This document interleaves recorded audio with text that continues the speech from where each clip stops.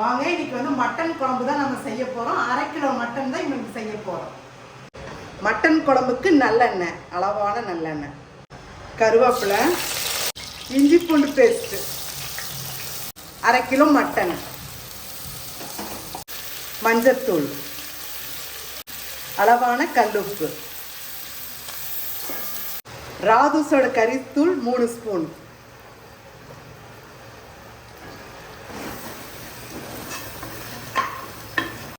ஒரு சொம்பு தண்ணி ஊற்றிக்கலாம்.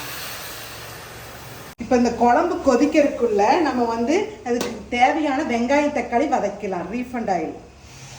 இந்த குழம்பு வந்து ஒரு 7 பேர் சாப்பிடலாம். 4 பெரிய வெங்காயம், 2 தக்காளி, கருவேப்பிலை, இதை நல்லா நம்ம வதக்கிக்கணும் எண்ணெயில்.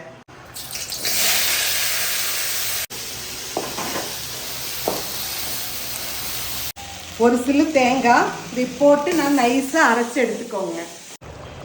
அரைச்ச மசாலாவை ஊற்றிக்கலாம். கொஞ்சம் தண்ணி மட்டும் ஊற்றிக்கோங்க. 3 விசில் விட்டு எடுத்துக்கோங்க.